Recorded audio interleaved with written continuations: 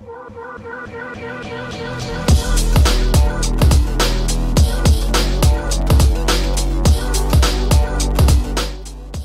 everyone, and welcome to episode 12 of Into the Rift. I'm your host tonight, Daniel Dracos, joined by two classic members of this show, Dave Thropp, which I said that wrong again probably, and of course Chase Wasner. And then our special guests for the night, we have two.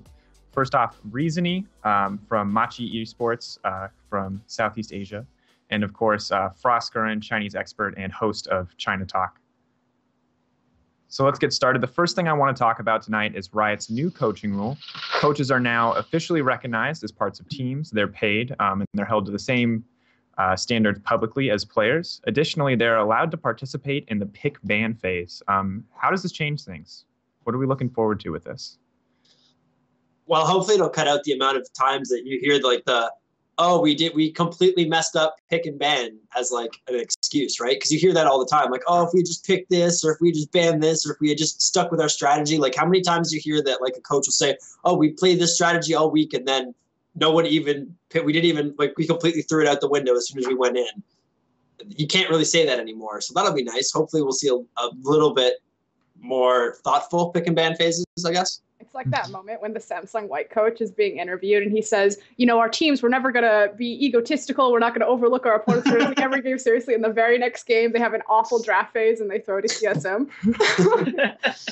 No, but before we kind of go into this conversation, I know we talked about this a little bit earlier before the show, like kicking the shit around, I guess. But I think it's important not to just think about like the theory of like having a coach on pick and ban, but also recognizing that Riot is recognizing coaches and other people in the industry as kind of like important and paragons and platforms of information and being experts at League of Legends. Because traditionally, only the professional player is recognized as an expert in League of Legends. I don't think Riot puts that out consciously and says, like, you can't be an expert unless you're a professional player. I think it's much more subconscious. Like, if you think about their analyst desk, like with Dash and Zyrene, there would be some level of analysis, but only until recently when they brought on Prawley during the playoffs did it truly become an analyst desk as far as like looking at the plays and what happened. Before, it was traditionally like an interview desk, and even in EULCS, it's mostly just shocks. Like, she kicks it back to a player and she asks them some questions, but there's no like what could have been done here or anything like that.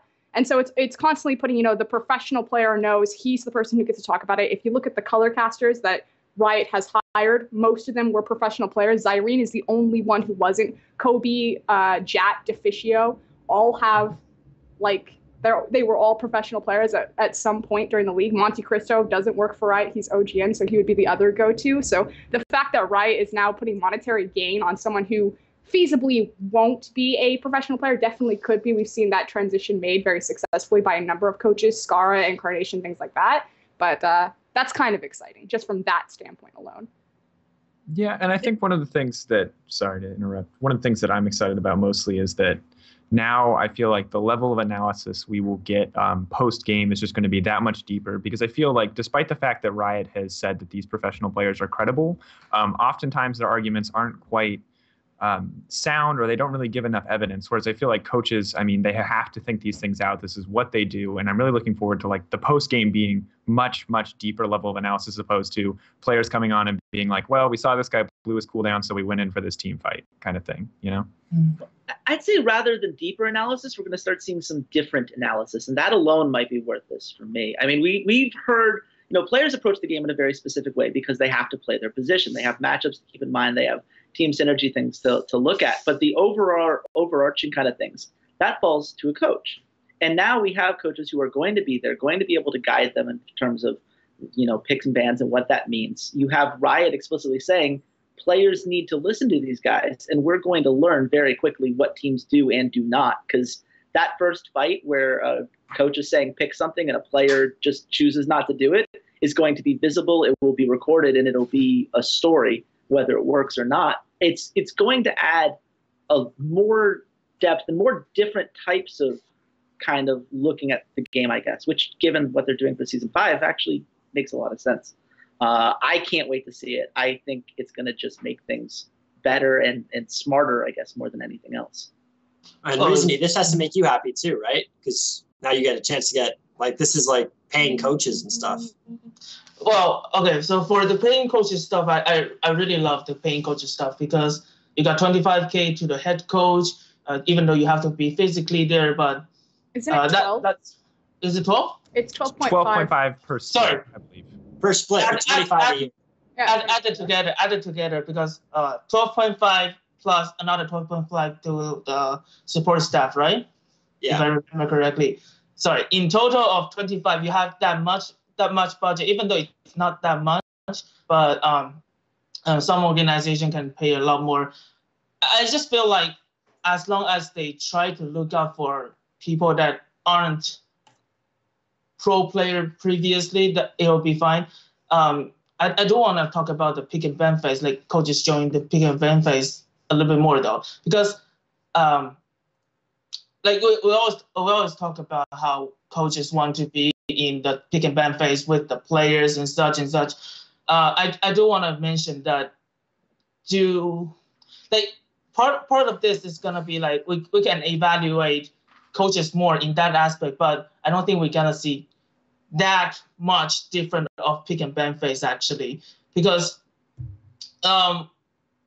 this sounds weird. So what I just feel is kind of empty about this. Where like even though I like this, I like this implementation of coaches joining here. They probably could provide a lot more like some kind of really good intelligence into the pick and ban phase and such. But I just feel like it's kind of like there's a loss of something there, because what we do previously as coaches is we try to coach how players should think during pick and ban phase, during first rotation, second rotation, third rotation, and we have basically you kind of train players to actually understand how pick and ban phase work, rather than just tell them, oh, how to pick 1, 2, 3, 4, 5.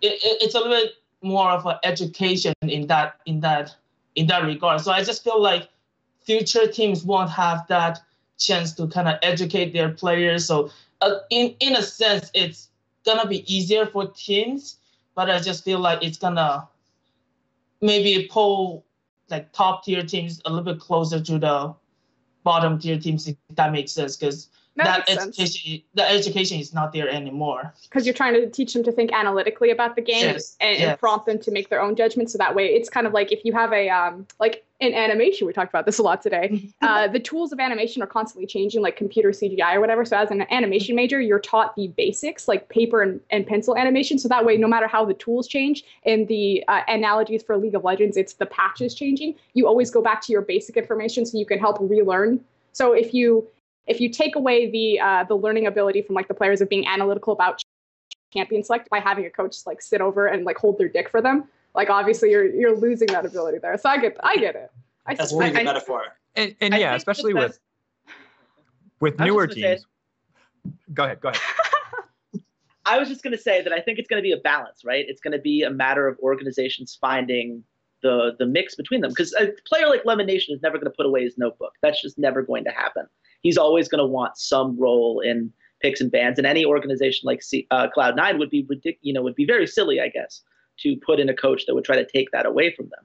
I think it's going to be more of a joint effort if it's going to work. It's going to be coaches bouncing off of what players understand, and then using that to make something new. That's why I go deeper. I go different rather than deeper. I think if you just trust the coaches because the coaches know all, you're setting yourself in an equal position to fail, because in the long run, the players lose out on that understanding. But I don't think the best organizations will do that.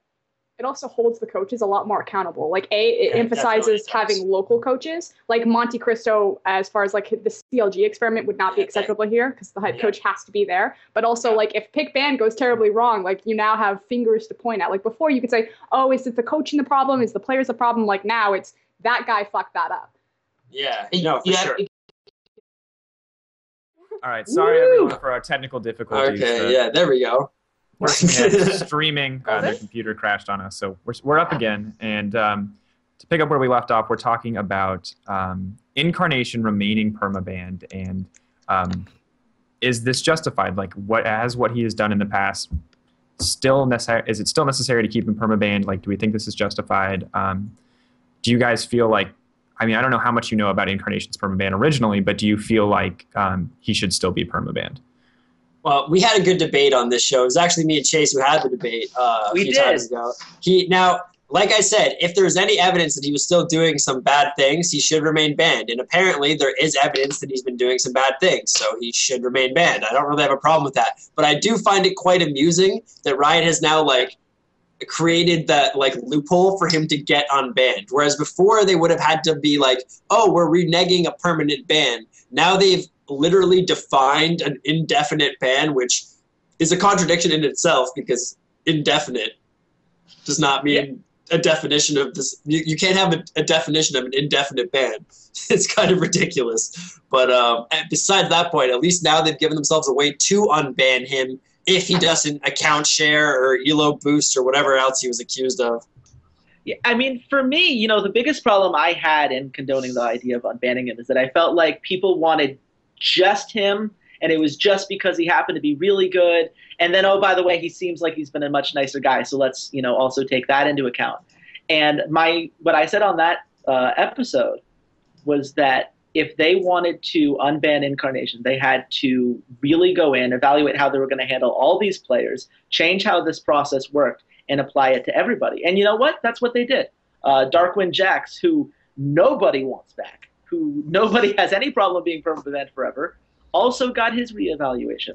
And people can say that that was a token whatever because they had to, but the point is that they did it. They're treating all these cases fairly. This is the way they want their game going forward. And if that's what Riot wants, then that's awesome. I love the idea of a redemption story. I love the idea of him, you know, playing it by the rules, being nice, working within the grounds that Riot's given him, and finding his way back in. That's an awesome thing if he manages to keep up his good behavior in the long run. And, you know, the fact that other players have that opportunity too, I think that's not necessarily a negative, given that the punishment of being at least a year out of esports if you're receiving that definite ban that indefinite ban, I should say, is still too long that players could just shrug it aside and be like, it's no big deal. Like, you still have to be really terrible to do it, and it's still going to be really, really bad if you get it, because 1 year out of esports for most players is career suicide. So I'm happy with the changes they made, honestly. Do you think that the changes they made were purely because of his behavior, or do you think it has more to do with like PR and the concern that you have this player who hasn't been in the past really, really toxic coaching a professional team, and maybe they just don't want him near there? I don't think that was it at all. I think as far as like a PR move is concerned, Riot has had a reputation of being a reactionary company. And like Chase and Dave said, like, they hit the nail on the head. Like, people were upset about the Incarnation thing because they wanted a redemption. You know, one of the biggest complaints was he was so young. You effectively ruined his esports career as far as League of Legends is concerned by banning him indefinitely for things that are stupid kid. Like, it was always the stupid kid. He can redeem himself. And that's exactly what Riot gave him. They gave them a system where it's through review, so they can come back and they can fix it. So the PR, as far as Riot's standpoint there, is good. The one thing that I'm kind of curious about is if you look at his offenses that got him when they did the review and kept him permabanned, it was, I think, 4 total offenses, and all of them were in 2013, and only one is in 2014. So, and take in context that we're about to come on to 2015. Like, we've almost finished up this year. We're in December now. And it was account sharing. Like, it didn't say anything else about the account sharing. It just said account sharing. And this was different from the issue in 2013 that had the what is it called? Refer a friend, where he was abusing that. I think there was bots, DDoSing, refer a friend, and account sharing.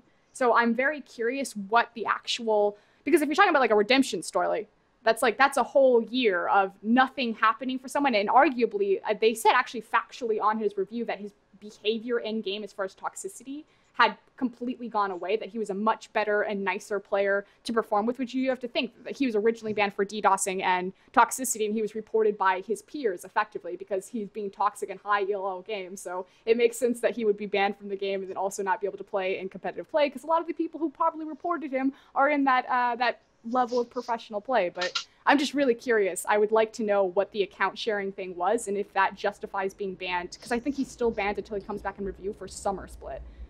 Well, and one of the things that they said on that was that, like, we have ascertained all of this information through our own means, and they never give more information than that, it feels like. And occasionally they'll give you a screenshot of like a post-game chat or something, but they never give you more than that. So I'm curious if I don't really expect them to show like how they get this information, but it would be nice if that information was like actually presented and those charges weren't just like listed without really any supporting evidence, it feels like.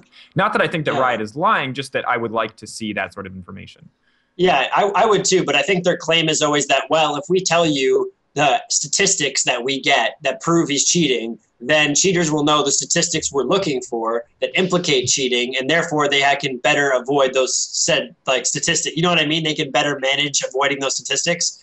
I think like I agree with you. I'd also like to see them give some more evidence so that, because I like this Incarnation thing, like the way account sharing. What do you mean? Like, was he physically was he really sharing accounts? Did one of his friends play on his account so it didn't decay one game? There's kind of a big difference in that. Like, I mean, technically it's still the same thing, but like, it would be nice to have some actual convincing evidence to go along with it to see, oh, yes, he's clearly still DDoSing or something. But the question is, what evidence can Riot actually provide that wouldn't aid cheaters in being able to cheat more effectively? Yeah, I mean, with account sharing, it's one of those things that seems innocuous enough that they would be able to share at least a couple more details about that particular one. But you're then setting a precedent of, we are going to explain every, one of these offenses as they come up. And there are certain things that you just don't want people to know. I mean, you made the point that people can learn from these things, and it does change their behavior on how they try to beat the system.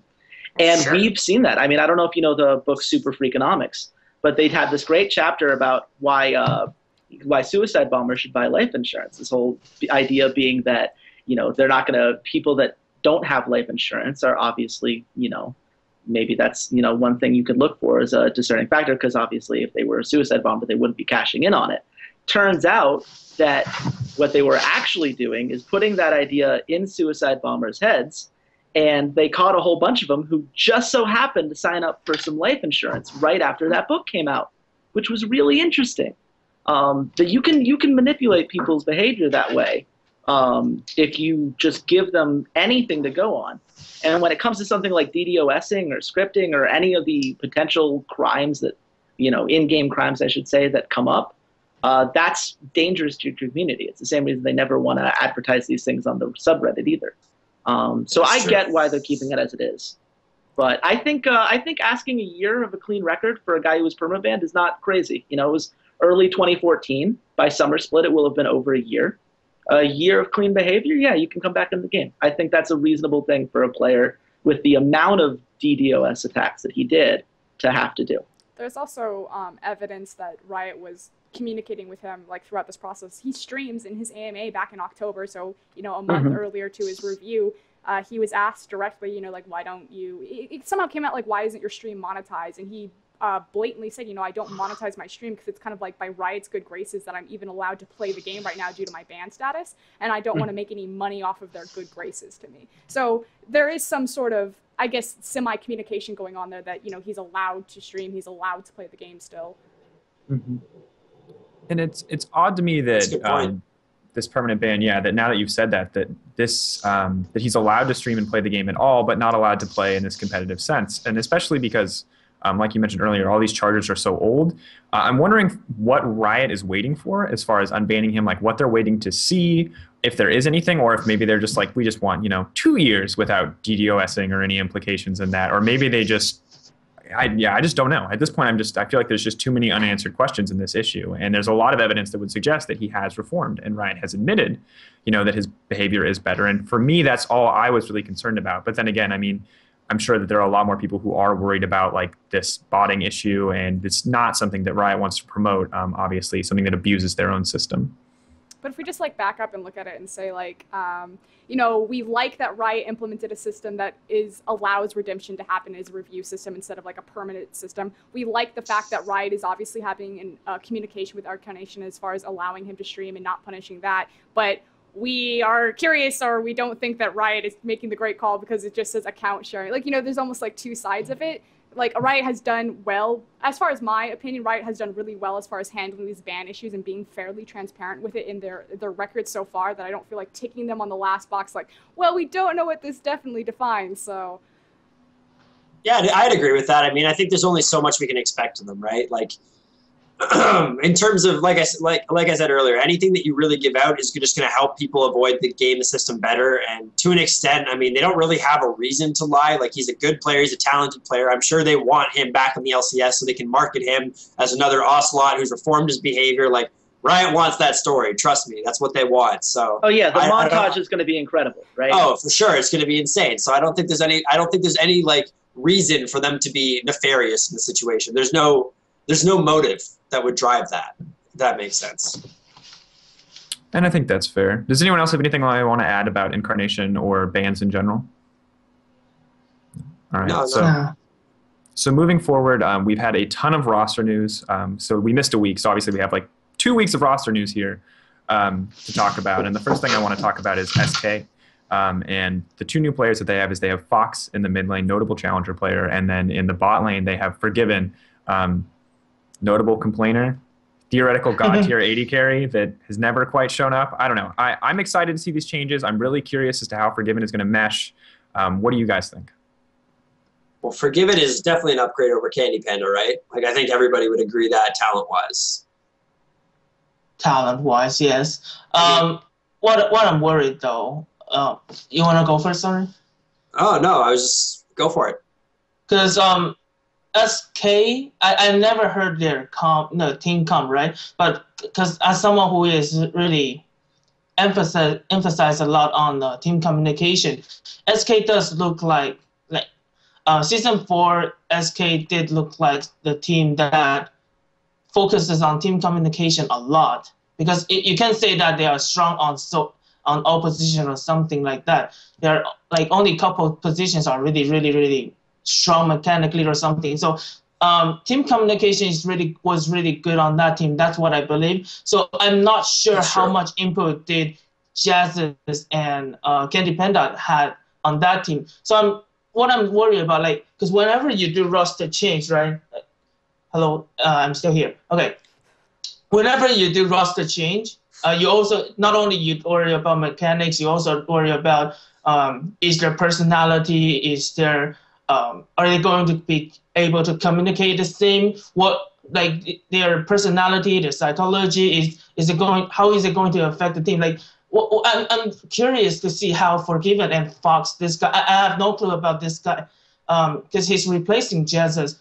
I'm guessing that Jesus and Candy Panda didn't have that much communication in that team. I'm not sure about that. So, in terms of, SK may or may not lose that kind of like strategic image in the in the future. That's what I'm thinking. Well, that's possible because it's strategy, for sure. I think with SK, a lot of the strategy came from N-Rated, who's obviously been a veteran in the scene, very intelligent player, knows what he's doing, and has been doing it for long enough that he's gotten that kind of respect. I think that's when they got good, right? When he joined. Yeah, when he joined, that was the big thing. They almost lost that series to Super Hot Crew to even be in the LCS back in the spring, and then they lost Nif, who got signed by Alliance. They brought in N-Rated, and the team chemistry improved significantly. I'm really high on What the Fox. I feel like he's Jez's with a higher upside. He was on their SK Gaming Prime team, the original Incarnation. So they've worked with him before. They know exactly what he is. They know how he meshes as a personality and what kind of skills he brings to the team. So I think that is probably the move I'm higher on. Forgiven, my thing about Forgiven is that I'm a firm believer of the too many knuckleheads theory that Bill Simmons espouses whenever he talks about professional sports. You can have one guy in a locker room who's got an ego, who's got a personality, and you could say a strong personality, let's say. But you can't do 2. As soon as you start having 2, you have an issue. And this team now has Forgiven as the AD carry and Sven Skaren as the jungler. And both of these guys are outspoken guys who have histories of getting aggressive with their teammates when things don't go their way, and have had personality issues, have had their names come up in conversations like, toxic towards teammates and whatever else. And now we have both those guys on the same team. If that team does well, awesome. The potential skill level that Forgiven brings is great. But if that team starts off slow, chemistry could be a huge issue for these guys. And that's something that's a genuine concern looking at the piece as a whole. Normally I'd agree with you, but there's just two small things that I think make this situation a tiny bit different. One is that if you look at their play styles, they're going to be like, this is going to be a match made in heaven. Forgiven is like, give me everything, let me carry you. And Svenskeren is like, I like invading the other jungler and camping bot because I can get double kill bot and that's lots of gold. So literally they're going to be like, it's like going to be like a match made in heaven. The jungler always wants to camp bot. The AD carry always wants the jungler to camp bot. They're just going to give each other a big hug. They're going to be like, we don't have to fight about anything. We have the exact same plan. This is wonderful. Like and in the other sense, I'm not sure, but Forgiven, from what I heard, the complaints really started and the complaints really stemmed, and at least this is what he said on Summoning Insight, was that the complaints really stemmed from the fact that people weren't working as hard as him. He was dedicated, really, really dedicated, and the Copenhagen Wolves team really was just wanted to stay in the LCS. SK seems like a team that wants to win the LCS, and I think if he sees his teammates are motivated, he might not be as toxic as we all have him out to be, if that makes sense. The potential is there for sure. Yeah, I think the big thing. Every player says that, though. That's true. In the limited pool of challenger players that I've worked with, every single player has always said this complaint of, I was giving 110% and my teammates weren't doing it, so this is why I left the team, or this is why this issue came up.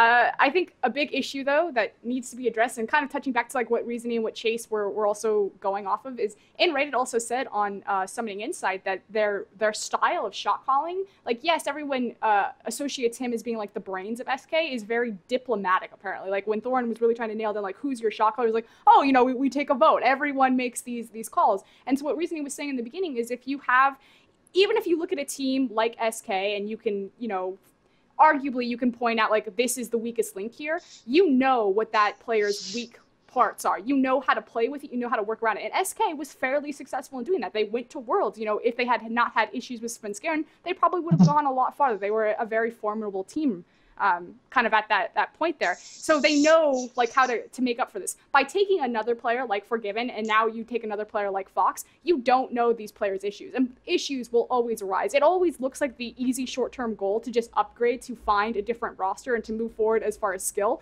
But like you have to relearn what these players' dynamics are. How do they think? What are their personalities? What do they like to do? Is this going to redefine the play style of the team? Like, I'm not super good at EU, so I can't really state like what SK or what Candy Panda's specific play style is. But does Forgiven match that first and foremost? Like the Candy in rated line, is that the same as the in rated Forgiven lane? Like, no, that'll be very different because the mechanical ceiling of the AD carry is so much higher now that they can afford to be more aggressive, what about right? Okay, so aggressive playstyle versus it was Candy Panda more reserved? Yeah, I'd say that's fair. Okay, so that completely changes the dynamic of a team and how they're going to figure out that early game. Yeah, no, that's going to be... It's like to camp bot, right? Like that's the thing. Svenskeren loves always camp that lane, and if you can't Forgiven, now you've got... more? It depended on the matchup, but he liked to get that bot lane ahead because Jesus was very good at holding his own. This is why I don't really buy the fact that Fox is going to be better than Jesus. Like, I mean, it might be true. I'm not that big of an expert on European challenger scene. I'm not going to lie about that. It's not like I watch every single game. So I mean, maybe Fox is this mid lane god that's willing to come in. Maybe Chase can enlighten us, but I don't think that like he'll just immediately be better than Jesus. He played pretty well, and people are saying, oh, he got crapped on at Worlds, but like, yeah, think about who he's playing there. He's playing some of the best players in the world. He's not playing like mid-tier LCS teams. You know what I mean? Jesus was a mid-tier LCS mid laner. I mean, I think he's showing on Coast right now how good he can be when up against challenger talent. I think What the Fox is kind of at the same skill level. I mean, I would say he was. I mean, I think he and I feel like he and Jesus are pretty equal in terms of where they are now. But the thing is, we've only seen What the Fox, play under this SK banner for a few months now. He's a younger talent. He's got more to learn, and so I think he can get better. Jesus, I feel like we've seen him long enough. He's been in the scene for a couple of years now. I feel like we know what Jesus is, and I guess that's the difference if you're looking at SK. The two are actually very similar in play style. I think I like What the Fox's Assassins a little bit more than I mean, his just as his Ahri is great, but I think he defaults to things like Ziggs, whereas I think we see different things from What the Fox. But I think as a general rule, we're going to see that's a potential upgrade. I don't think it's going to be an upgrade right away for sure. And so it's going to be up to Forgiven and what is Fox's champion pool? I would say, I mean, I'm thinking his Ahri is really good. Well, the his Syndra's good. For Jesus is that the meta, especially around Worlds, kind of shifted out of the mage favored. Like, obviously, Ahri is still very strong because she's, like, versatile in what she can do. She's kind of like that assassin mid hybrid. Anytime you, like, combine two of those terms, you have a stronger champion theoretically. And we're kind of seeing the swing back of Xerath. But I think around Worlds, it was really about, you know, that assassin mid laner. And that was kind of also the fall of those hyper carries in the bot lane, like Kog'Maw, which is why you had to have Twitch, because if you have like a Zed mid lane and a Kog'Maw bottom, like that Zed's just going to jump on Kog'Maw and like eliminate him. So I think it was almost unfortunate for Jesus going into Worlds that if he's a mage player mid, which a lot of European mids historically are very much more favored to like the Oriannas and things like that, like it almost rotated out of his comfort zone or his strong points. Absolutely. And that's where I don't want to, obviously we've only seen one split from What the Fox, and it was during that same kind of time that you're talking about. So whether he will prove to be the upgrade that they think he can be, time will tell. I think Jez's right now is seeing what life could be like if he's in a friendlier meta environment. I think his games on Coast have been very impressive.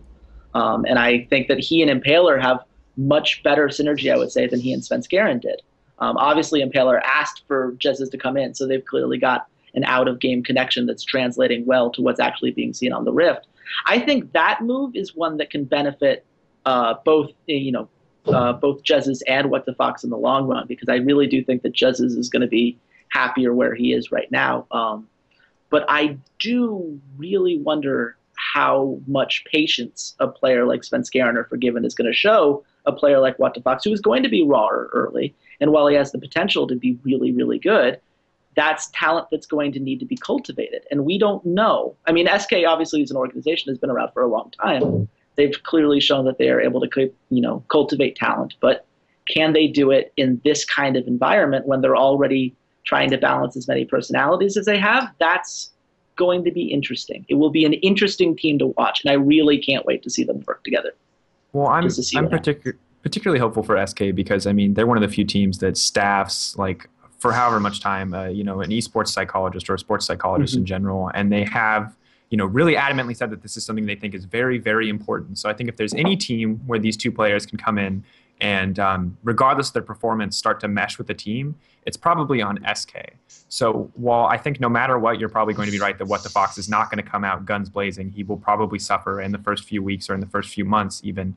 I think in the long run, they can develop a stronger roster because I do think that we, like you said, we know who Jesus is. We know what he plays. But What the Fox, I believe at this point, probably has that higher skill ceiling and can probably become, and I hate the idea of potential, but he does have, the potential, as a CLG fan, potential is just an awful word. But he does have that potential to be better and to be, a better mid laner. But yeah, is he going to survive the Svenskeren Forgiven, like, doubleheader?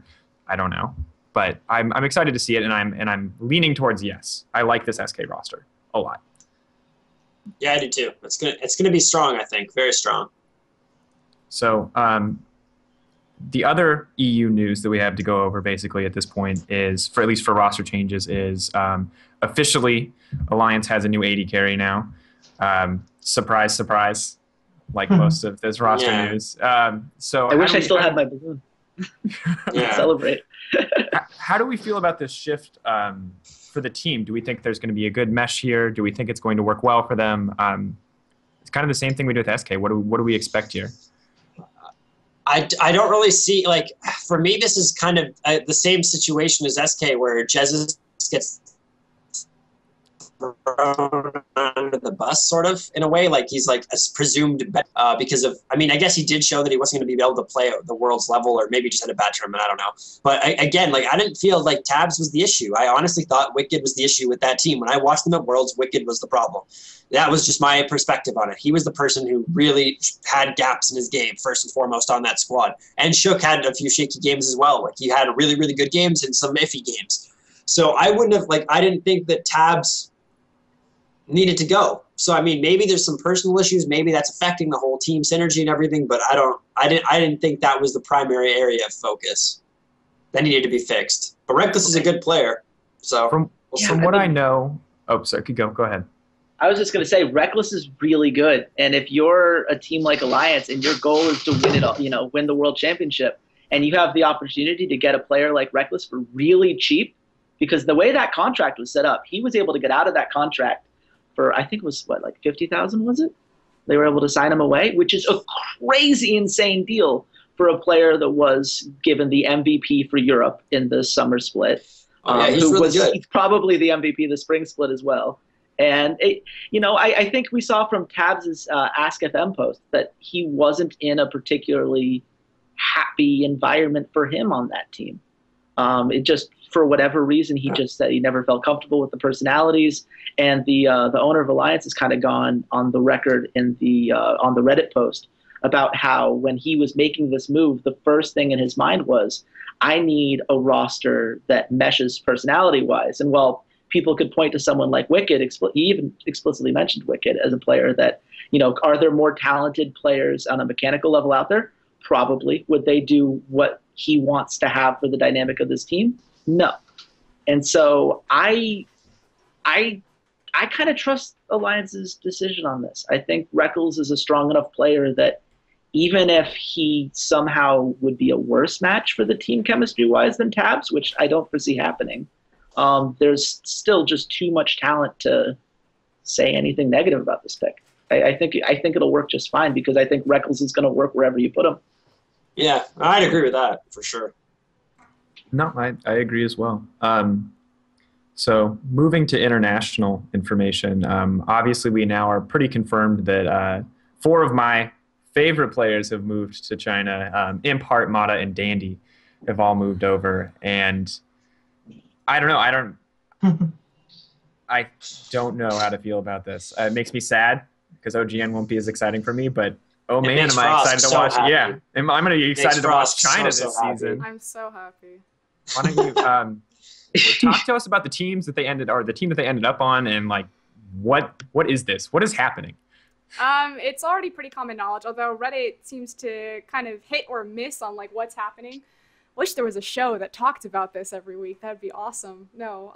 They should call it China Talk. I think they should call it China Talk. Who named it that, by the way? I don't know. I have no idea. Okay, so just out aside, there's a lot of Korean players that are coming over. Why is this important? Obviously because they're getting paid more, following the money, whatever. But the issue is now Lace, and Lace is the governing bada.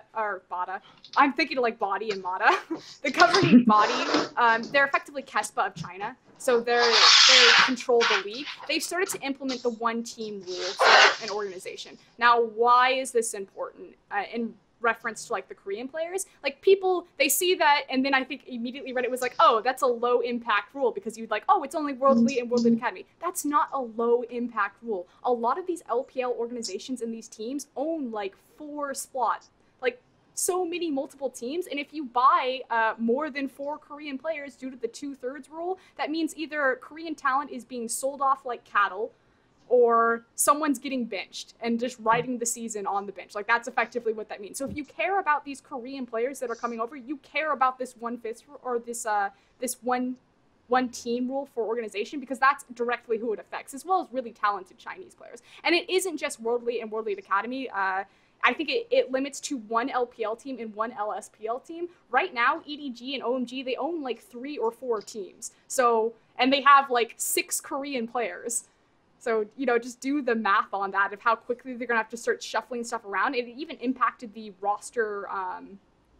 Typically, the roster trade season is just December 5th, but because of this rule and everyone's kind of like scattering now, they extended it to December 7th. So also, like, all of these rumors keep breaking that, like, oh, Dandy's going here, or Rookie's going here, or Cacao is going here. None of this is 100% until that roster locked. And then, of course, Lace can fine teams, but it doesn't even matter because their fines are so astronomically small in context of how much money these organizations are making. Kelsey once made the comment that between Invictus Gaming and Starhorn Royal Club, they were joking about buying a player just because they have so much money. Like, I'll just buy PDD from you. And Invictus Gaming's owner came back and said, if you buy PDD from me, I'll buy Uzi from you. So, like, how do you want to play this game? And of course, Lace would fine both of them for trading outside of the roster season. Yukono could even try to bench one of the players, but that's like, what, $60,000, which sounds a lot to us, but, to these contracts that are coming up to $300,000, $500,000, $1 million being offered to Faker. PDD has a $1.6 million streaming contract. They don't give a fuck. Like, yeah, it's true. so Lace standing on this is like really big, but it's now, can they implement this? Because this rule has been there. It just hasn't been enforced. Like, the age restriction has been there. It just hasn't been enforced. The 3-fist rule is being enforced very well. But just FYI to the Daily Dot, China was one of the first regions to implement this after the Starhole Royal Club thing and all of the primed Optimist players coming over to China. But no, like, Reddit needs to pay attention. This is not low impact. This doesn't affect just World Elite and World Elite Academy. All of these Korean players that you like and you love and are coming over to China, this rule directly impacts them. They could be very screwed by this rule. Yeah. Well, the thing that I was excited about was that a lot of these players from, old teams were still going to get to play together. And one of the things that we see a lot when teams import like individual Korean players, especially when NA does it, is that they don't mesh with teams. Like, they don't have that. But I feel like when you import like 3 players or 2 players together, or, import like 2 Korean players and a Korean coach, like Mata expressed interest in coaching, it's a lot easier for them to mesh with the team. Whereas, like if you import just Seraph onto CLG and then have the only person he can really like, who knows him very well, who's Monte Cristo, also overseas, like, what do you expect from a player in that situation? And what do you expect from, like Dandy if you just throw him on a random team, or Imp if you just throw him on a random team? Obviously, he's a very good AD carry, but I mean, without like Mata being there and level-headed to like tell him not to go in, like, he could throw his career in the dumpster really easily. I think that that's a very valid point, and I think people and it even extends to SK roster that we were just talking about. Like, it's very easy to look at that, and you can analytically say, well, Forgiven, he's better at this, this, and this than Candy Panda. Like, you can weigh it and you can make projections, but again, like, all of these things, communication, personality, team flow, that reasoning he was talking about, these all come into effect. We saw it with Starhorn Royal Club at the beginning of, and we say it over and over and over again in LPL, like, at the beginning of the season, Starhorn Royal Club was awful, and they made it to the final, so obviously it started to click. But a lot of these dream teams, like when people look at Vici Gaming and they're just like, oh, you're gonna have Vasily and Mata and Dandy, and Cool might possibly sign for them, and maybe they'll have, I don't know, V or someone as their top laner, I don't know, like just something crazy, like, they just, oh, wow, this is going to be awesome, not realizing that, okay, Mata was the primary shot caller for his team, and is he going to be the primary shot caller of this Chinese team? Is the communication going to be the same? Does he have a certain style? Like, these superstars might not look so superstar-y. Yeah, people tend to put players, I feel like, in a vacuum. Like, oh my God, like Mad Life was the best. He could never miss a hook. Like, it doesn't matter what team you put him on. He's the best. But like, really, it's a 5-player team. Every single one of those players has to click, or your team isn't going to perform. And yes, mechanical skill is very, very, very important. But like, there's tons of mechanical players. It's a lot harder to find people who are going to mesh well and who are going to perform under pressure and perform consistently. Well, the problem with rating League players is that there's things that you can measure, like mechanics and stuff like that, and then there's intangibles that you just can't, like teamwork and like how good are you at reading other people. Like, there's game sense, which is you can kind of like I could rate your game sense on a 1 to 10 scale, but it's pretty hard to rate like how good are you at dealing with communication issues with a teammate, and how good are you at like discussing things with your, like, solving conflicts and being a good teammate, being a good housemate, and all these things. Like, these are all different things that are like impossible to weigh or analyze or even probably know unless you're on the team, right? So it's one of those things where it's really hard, like, to judge a team unless you're in it, in that sense, or judge players unless you really know them, like really know them. You won't know till you're there. I mean, all these things are experiments, and everyone kind of looked at Starhorn Royal Club as the quintessential example of, look what we can do. We can literally just buy our way into the championship finals by bringing in these Korean players, and we can talk with, they'll just do the smart ping thing and it'll be great. But I mean, lightning doesn't always strike twice, and it's right now we have a huge amount of history saying that communication matters, that finding a way to talk amongst your team and make the right shot calls and have those kind of, the inner team synergy, good chemistry, all that stuff matters. And we have one team that right now stands as an outlier that says you can throw whoever you want on there as long as they're mechanically awesome, they can figure out smart pings and make it work.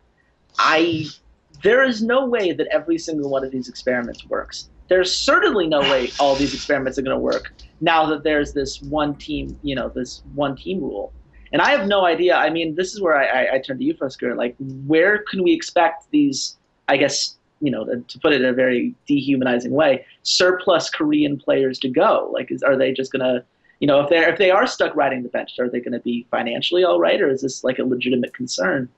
Like, where do you see it going from here? I mean, I have no doubt that they'll probably be financially taken care of. I'm sure that most teams are probably trying to unload them, which is why I don't want to say, like, you notice how when he asked me, like, where are these players going, I didn't say any team names, because I can't, like, no one can say anything, because it was 100% that Dandy was going to this team, and suddenly he's on, like, a different team, and, saves confirmed, or things like that, but, money talks. Like, I'll buy Uzi. I'm just going to throw $1 million at him. I'll break that contract fee. So, not say anything like that, but I have no doubt that if these players do ride the bench, that I don't think they're going to be like stranded in Shanghai. Like Dandy's going to wake up in like an ice bathtub, missing some organs, and have to like claw his way back to Korea or anything like that. But it could be feasibly that he just, he sits on a bench. We don't get to see him play, or a talented Chinese player, because I'm an advocate that I personally don't think that China needed Korean imports to make it better. In fact, I don't even think that China's the best region right now. People are constantly asking, like, oh, do you think China's going to be the #1 region now that it has all this Korean-esque talent? No, I'm pretty sure Korea's still going to kick everyone's ass because they know how to, like, execute their talent, but whatever. You're probably right about that. Can I ask two things? Can I ask? Yeah, first of all, like, I think I'm missing on something because I have no clue how this one team thing is going to work when. So let's say EDGF, after playing spring season and they get into LPL, what happens next? You have to sell it. They have to sell it. Sell it to another person. Do like an EG or alliance thing, I think, where they make like an umbrella corporation or like a dummy corporation. They just made that illegal. Did they? They made this huge branding thing where they're not allowed. Both of those teams are going to change their names because they're not allowed to have any branding associated with that organization. So Alliance and EG are going to be called something else soon enough. But and the Chinese, you're not allowed to do that anymore. And the Chinese rule was pretty specific because the shareholders can't be the same. So if you make a dummy corporation, then you would technically have the shareholder of that corporation be the same as the shareholder. So you know what I mean? Like they actually nailed it down on this. Not one. that, not I don't that think it's there's much way around this. It's not still impossible. It's just significantly more difficult. Yeah, it's much more difficult now. You need a dummy person, basically. You would need somebody to be like, sign the, you know what I mean? You would need like, I would need to get my random friend Bob, and be like, hey Bob, you're going to sign this, you're going to own this corporation, and I'm going to pay you like 10% of the profit or something from it, and this is your job now. And you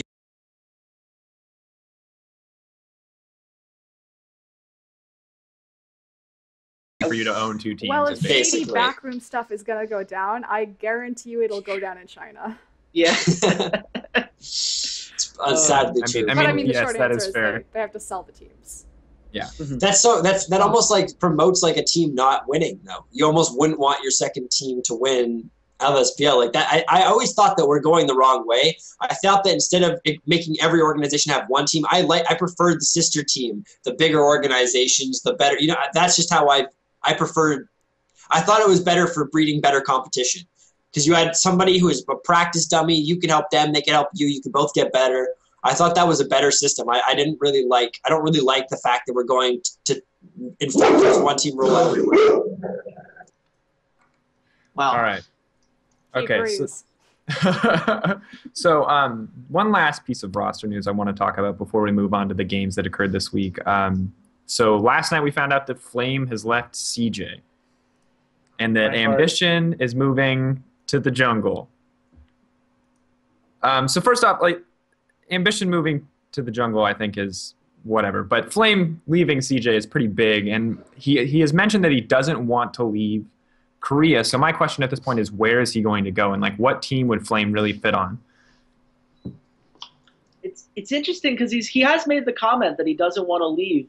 But every single pro player or whatever else I've heard talking about it has been making Evil Geniuses references. Or have like I remember one guy, he made a post and he capitalized the E and the G, and those were the only capital letters in the entire thing. There have been a few kind of similar tweets like that, and I don't know if they're just trying to prank people or whatever else, but we do know that Inox has left the Evil Geniuses organization, that Helios has a connection with Flame for obvious reasons because they used to play together back in the day. And they currently are a team that could handle bringing in another foreign player. They're also and very so they have a lot of money. They're currently in Korea. Oh yeah, also going to be Korea boot camping. Like, I'm just saying They're there are not a there lot yet, of things sorry. that are falling in line such that if Flame were ever going to renege on the whole not wanting to leave Korea thing, now would be the time, especially because, I mean, we just saw the preseason Korea rosters announced, and he wasn't on any of them. And if he was going to be playing in Korea, you would think that someone would have put him on at least as a sub just to have his name down there. So I'm not saying it's geniuses, but there are some interesting things that point in that direction if you're looking for a potential where does this go from here. And I mean, this has been this was pretty much just announced. So I imagine that if he's going to move somewhere in Korea, we will know very, very quickly, probably within the week, if someone is going to pick him up. Because, I mean, obviously, he's a very, very talented player. And I don't know if he would click on any team, but it seems like he's good enough that he probably would. And he could probably, I don't know. I'm not going to talk too much about Flame because I love that player far too much. And I would just talk him up to the point where... You and I both, buddy. I understand. Yeah. But I feel like there's nothing he would do well, no matter what. I have a hard time seeing him not playing next split.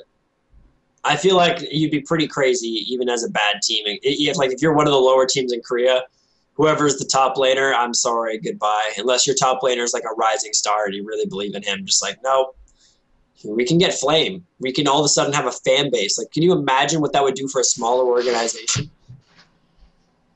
It's just absurd. I'm just trying to think about what he would do if you put him on that Haywyre Tigers team right now. That might be interesting. I was thinking that too. Instead of Sneb, like, I mean, you'd have Flame, Lee, Kuro, Prey, and Gorilla. Which say what you will about Prey, he didn't play a great series this past weekend. He played pretty bad, to be honest. It was not good. But if you add Flame to that roster goes from could upset some people on a weird day to a sneaky decent team, a team that actually could make its way to the top 5, top 4, maybe even. It'd be interesting. You've pretty much given me the perfect transition. So let's talk about this OGN seed qualifier, these qualifiers to get into OGN. Obviously, we came in with a couple teams, and we left with the two teams that qualified, Haywyre Tigers, which you just talked about, and then Incredible Miracle. So let's talk about these teams. Let's talk about these lineups as they stand. You got a little bit into Haywyre and how you weren't a big fan of Prey's performance, and for the most part, I would agree. But I would say that I was surprised with how well they did, and their performance and their qualifying over Zenix was a huge thing for me. So how do you feel about Haywyre making it in? How do you feel about the Zenix lineup and not qualifying for OGN this year? I wasn't as surprised about Zenix. I mean, this was a roster that had a lot of interesting challenger level talent on it. I mean, Sky, Drizzle, these are fun names, and it'll be curious to see where they go from here. But I mean, you're looking at just the level of experience that you had on the Haywyre Tigers roster put them far and above the level of experience that you could see from some of these other players. And Incredible Miracle, I mean, I guess I was thinking Xenix would maybe be that second team, but I mean, Sonstar played out of his mind. I mean, he played a great second day. I thought, Lilac did well. I thought Wisdom was very good on Kha'Zix especially. And I think Incredible Miracle certainly earned their way in. I think that if you're looking at who is, between Zenix and Prime, I think Zenix is obviously the much more fun team. But, when the pressure was on in that Game 6, they just faltered. And that's what happens when you have a team that doesn't have any real veteran leadership. And, once they got a couple more tournaments under their belt, once they get a little bit more time in the challenger scene in Korea, get a couple, I think things will change for them. But I think we saw exactly what you get when you have 5 really talented but really young and inexperienced players on a roster. I really wish we'd gotten to see that tiebreaker, though. It would have been fun as hell. I was really upset. Yeah, I was like, this is going to suck. I want to see more games. So I will say, good on Prime. They had nothing to play for except to be a spoiler, and they did it anyway because they have, a lot of self-respect on that team. And they put together, that Game 3 was by far the best that they looked. Zest is a pretty good top laner, turns out. Yeah, they played like much stronger than I thought they were going to play. Even though in my head before the start of the game, I was like, Prime is going to win this. I don't know why, but I'm going to be denied this tiebreaker. Well, you know what did it, right, is that Doa and Monte Cristo made the joke about, it's one of those days where weird things keep happening. It's like, well, now we know. Tiebreaker can't happen because that would be the normal thing. And Doa and Monte Cristo just claimed it's weird day. So that's what we're going to get. Yeah. They jinxed us. It's all your fault, Monte Cristo or Doa, whichever one of you said it. Clearly, you just didn't want us to have nice things. All right. So obviously there's... Oh, go ahead. Oh, yeah. I was just thinking about, because I kind of wanted to talk about SMEB, specifically, because SMEB, before coming into this qualifier, the reason why I kind of noticed this guy is just because we kind of played a show match between Machi and IEM, even though it was quite bad for us. But SMEB before this qualifier, SMEB was kind of seen as a really normal, even bad top laner. And then I wasn't sure, but I was told that he was mediocre because he was kind of limited on IM because he had to play kind of the team player rather than, because he's kind of apparently he's kind of a carry top laner and he loves playing because he loves playing Jays, Riven, stuff like this, and he got a solo kill on Impact with Riven, right? But he was mainly playing. He played a lot of tanks, if I remember correctly. I'm still here, right? Yeah. Yeah. So it was just because when Chase talked about Flame replacing Smeb, I kind of had I was kind of running that through my head.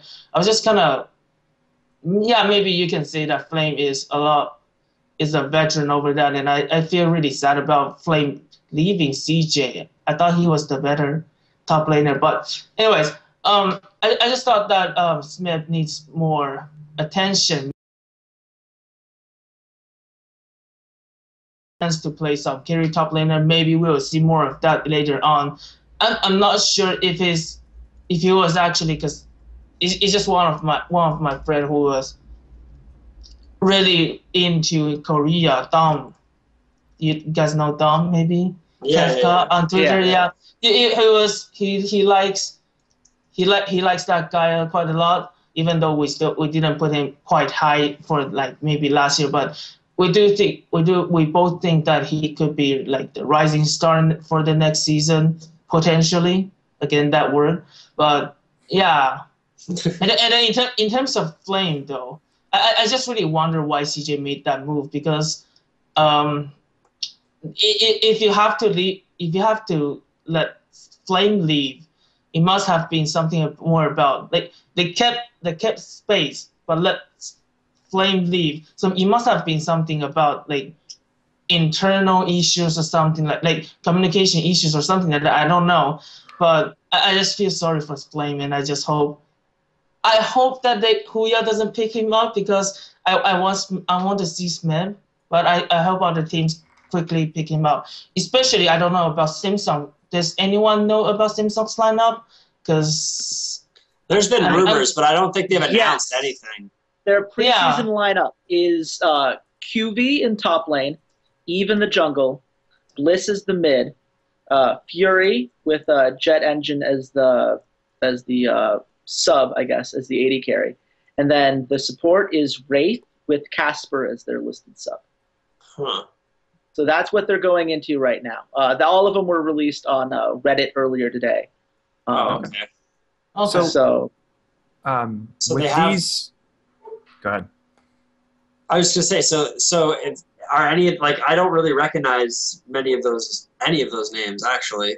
Are they all Bliss, challenger players? What's the deal with Bliss that? has been around. I know Casper's been around. Yeah, I know Casper, but he's not a starter. He's a sub. Yeah, I'd have to do a deeper dive, but I believe that a couple of those names are from either IM teams or the old Xenix Storm roster. I'll have to double check a lot of that stuff. Well, Korea's renamed themselves every split too. It seems like people are always giving themselves a new name. So that's interesting, though. Yeah, no.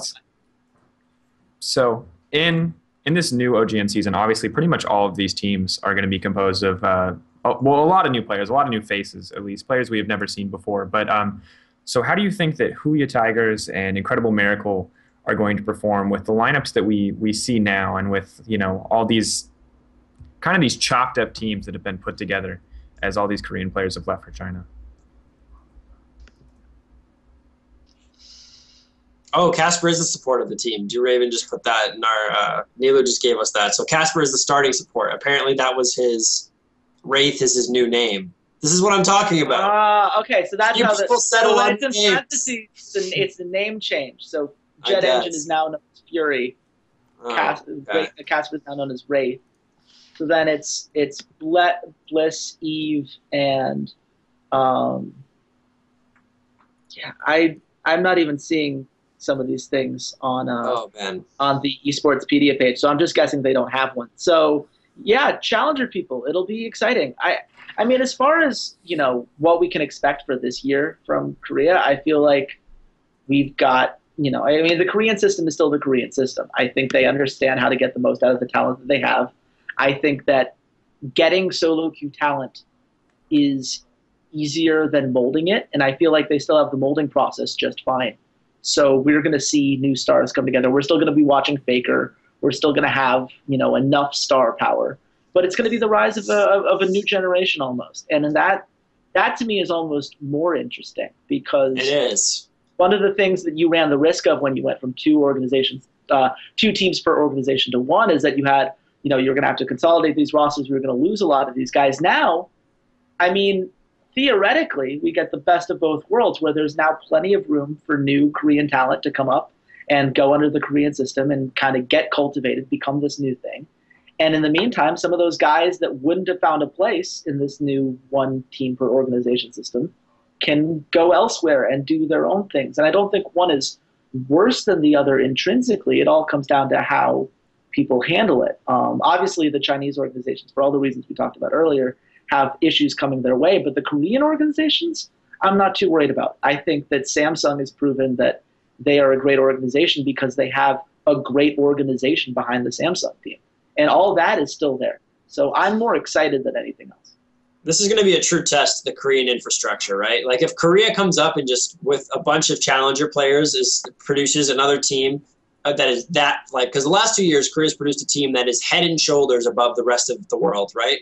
Samsung White this year, and the year before that was SKT. No other team was even close to them. They were just like, it was really, really scary how good they were.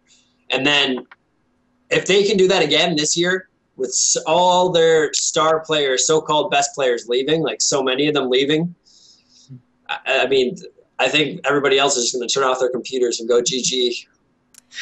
We just lose. So, like, it's very exciting, and of course, like, everyone wants to, it's almost like the support the troops kind of thing. Like, everyone's like, yeah, support the players, yeah, woo! But the problem with that is that if Korea is able to breed talent and to grow talent, as opposed to, which I have no doubt that they can, like, there's pretty much zero incentive for the organizations, lest a third party, like, step in to pay them more. You know what I'm saying? Like, everyone was kind of making the comment and the commentary that, you know, unless Faker leaves, KESPA or these organizations or whoever's controlling this isn't going to change. Like, the salaries of these players, which is the number one reason why they left, isn't going to go up. And so if Korea can just create new matas, create new dandies, then, like, KESPA doesn't give a fuck. The organizations don't give a fuck. They just sit back and be like, it's fine, you know.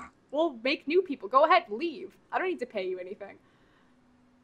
That's the danger. That's the big downside. And I don't know what that would mean for what League would become. I think we don't ever want it to get to the point. That's why we kind of have the 3/5 rule. We don't ever want it to get to the point where it's like StarCraft 2, where the World Championship are 16 Koreans from 3 different servers.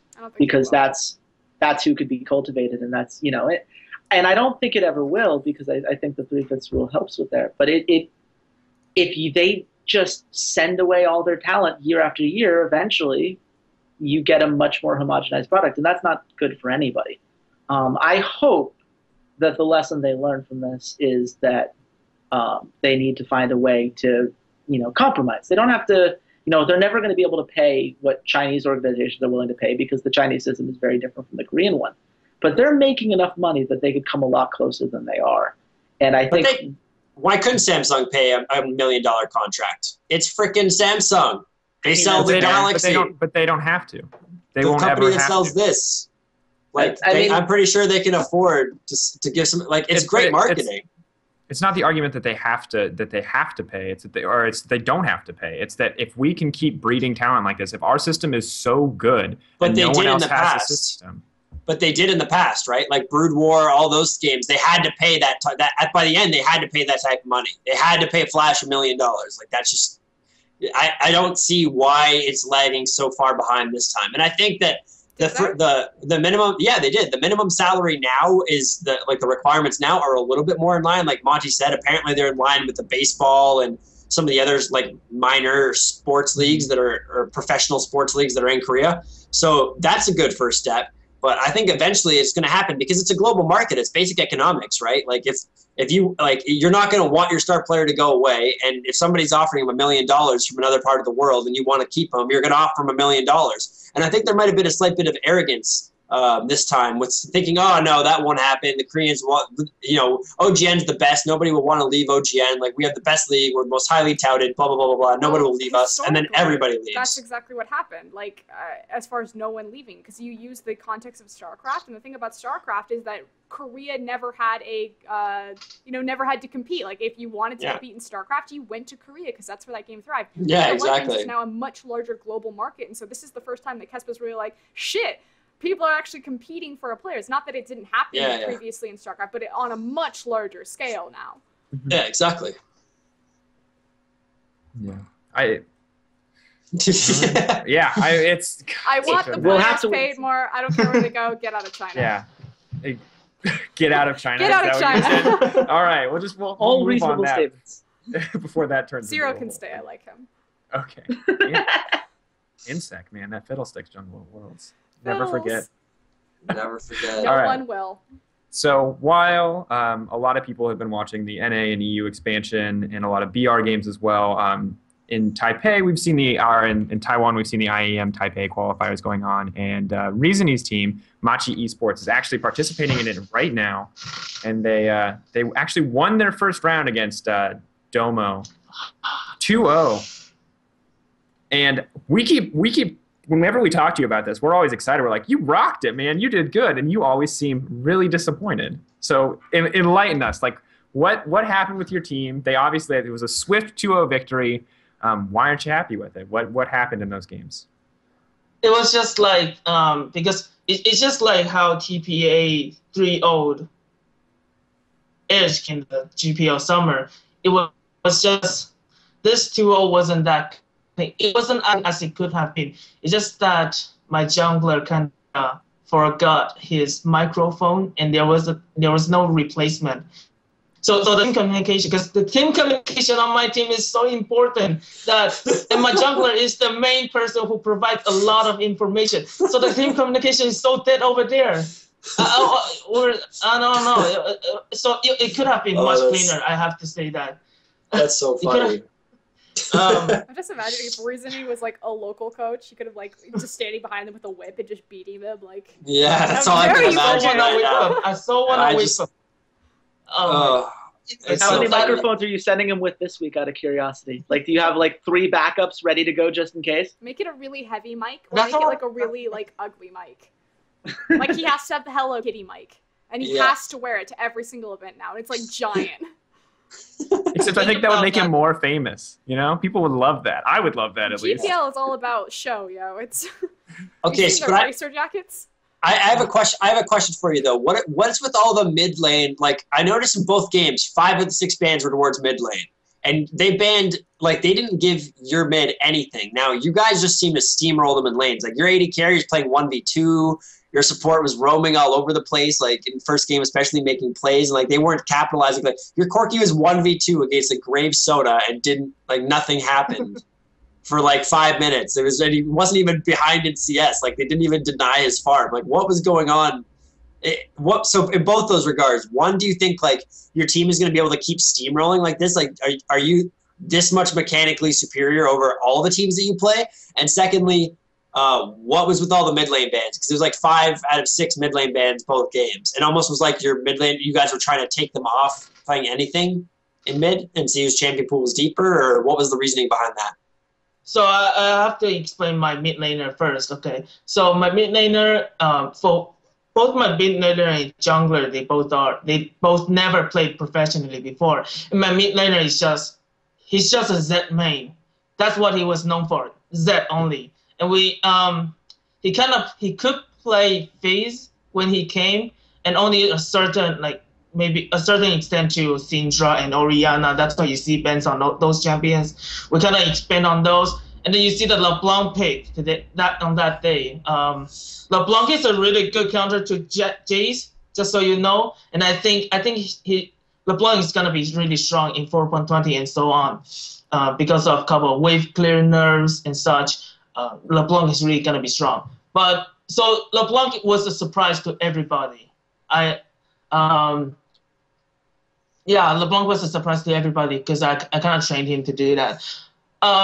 In terms of mechanics and such, though, Domo is the amateur team. That's part of the reason I'm not happy. If we had to fight this hard against a amateur team, because to be honest, I don't think my team is mechanically gifted at all. Only maybe my bottom lane, maybe. And the whole thing is really built upon team communication. I really think that team communication can make up a lot of mechanical weaknesses, everything. Because if you compare them to other teams, Yoi Flash Wolves have their support is really awesome. You got Wayne's on TPA, you got Maple, you got Toys, you got so many mids. And the top laner, I'm confident in my top laner. And the jungler, my jungler is probably one of the weakest in the professional scene in Taiwan. So no, I don't think we're that mechanically better than others, but I do believe in our communication. If that answers your question. So I guess what are you saying as you're preparing for some of these? Like obviously you're going up against the UA Flash Wolves next round. If things go the way that you're kind of indicating that they will, your next match would be against probably TPA. So where is it that how is it that you're trying to get this team ready for some of these bigger names in the Taiwan scene? And what is it that you're seeing that you think you can take advantage of when you see like a team like TPA's got some blood in the water right now?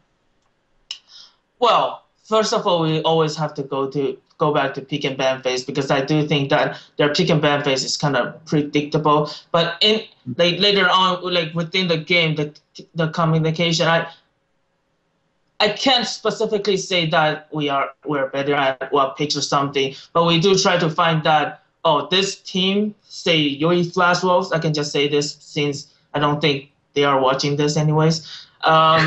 You can find some traits and even in the strong teams, you can find some traits that they are strong and not so strong at, and you try to make them into that uncomfortable zone. Say Yoi Flash Wolves is stronger at kite, but they are not that strong when you put all the team fights together and such. So you try to find these little things that they are not comfortable with and try to poke those points, if that makes sense. And I do believe my team can if they just bring their microphone, they got some chance, okay? if that microphone is there, okay? I wouldn't say that because that skill disparity is still there, but communication can make it up. Plus the preparation into what their weaknesses is, including ours, but yeah, a lot of stuff.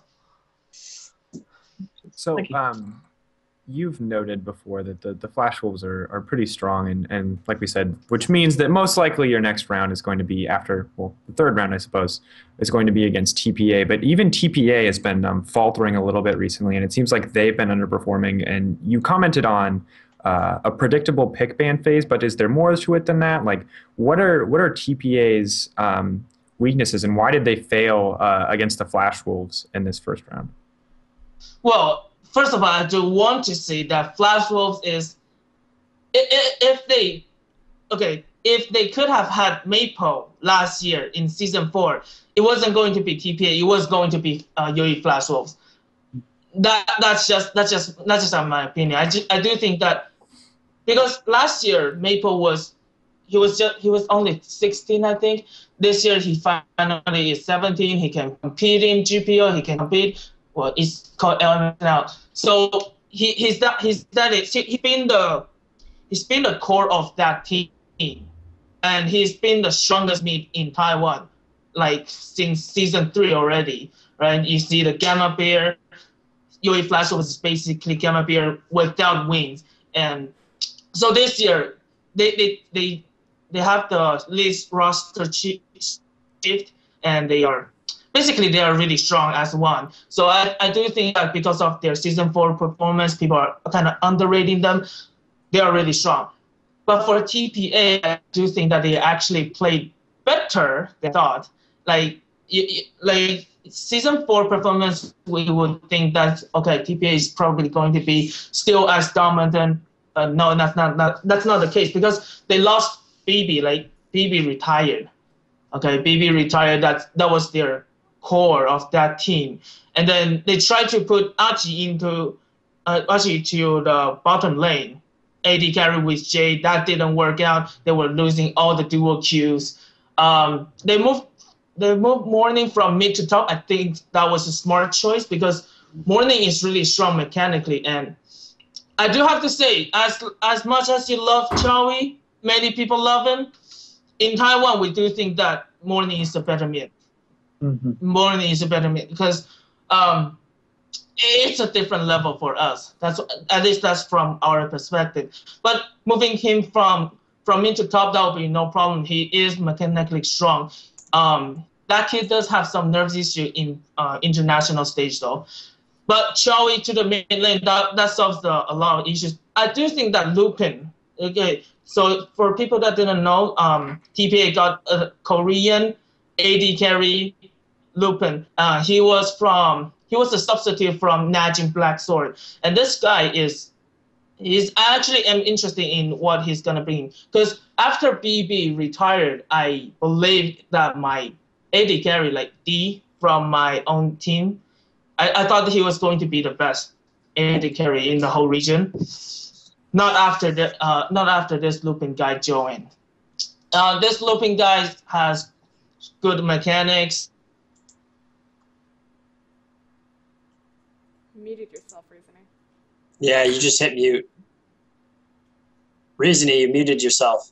Communication issues though. Oh, there we are. Because team communications, but it's not gonna be that. Because if you think about it, he only just joined like less than a month, and he's already has top tier. Like in this region, he's already at the top without actually practicing much with the team. And I do think that this is something I didn't mention before when we talked about communication with the Korean players in China.